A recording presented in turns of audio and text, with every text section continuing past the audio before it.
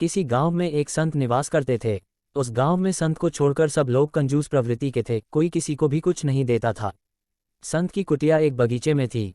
कोई व्यक्ति उनके पास आता तो वह उसे अपने बगीचे से फल तोड़कर खाने को देते और बकरी का दूध भी लोगों को पीने के लिए देते।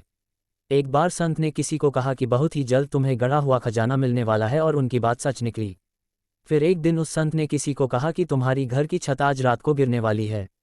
उस व्यक्ति ने संत की बात मानी और घर से बाहर रहा। संत की बात पुनः सत्य हुई, छत वास्तव में अगले दिन गिर गई। अब सभी के अंदर एक धारणा बन गई कि संत की कही बात कभी गलत नहीं होती। उसी गांव में एक अनाथ आश्रम भी था, जिसमें कुछ दिनों से बिल्कुल भी दान नहीं आ रहा था।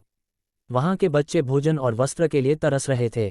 ऐसी स्थिति में वहां के अध्यक्ष संत के पास पहुंचे और विनती की, हे संत महात्मन, आपने आज तक जो भी कहा है वह सत्य ही हुआ है। मैं आपसे एक झूठ बोलने की प्रार्थना करता हूँ। आप बस इतना कह दें कि 3 दिन बाद प्रलय होने वाला है।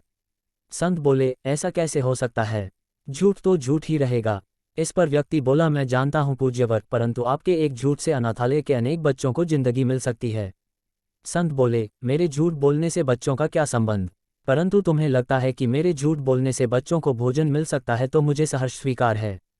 दूसरे दिन संत ने किसी से कहा कि 3 दिनों में प्रलय होने वाली है। बात आग की तरह पूरे गांव में फैल गई। सभी जानते थे कि संत की बात हमेशा सही होती है। किसी ने कहा, प्रलय के समय जल और थल मिल जाते हैं। ऐसा जानकर सभी मंदिर के प्रांगण में एकत्र होकर प्रार्थना करने लगे। एक दिन पहले ही अनाथ आश्रम का अध्यक्ष मंदिर के पुजारी से मिलकर सारी बात बता चुका था। मंदिर के पुजारी ने घोषणा की कि सबको अगर समाप्त ही होना है तो क्यों न दान पुण्य कर ही मरें। ये सुनकर सभी लोग अपने घर की ओर दौड़े। जिसने जो पाया, अन्न, धन, पशु, वस्त्र सभी कुछ दान दिए। अनाथ आश्रम को भी दान मिला। फिर तीसरा दिन आया और चला भी गया। कोई प्रलय जैसा चीज नहीं घटी, परंतु दान पुण्य से ग्रामवासियों को अद्भुत आनंद मिला, तृप्ति मिली, जिसका स्वाद वे पूरे जीवन में नहीं चखे थे। उस दिन के बाद वहां के लोगों में परिवर्तन आ गया और लोगों ने अपनी कृपणता छोड़ दी। परहित चिंतन में छिपे स्वाद को वे चख चुके थे। कहानी का सारांश अच्छे उद्देश्य से बोला गया झूठ भी कल्याणकारी होता है।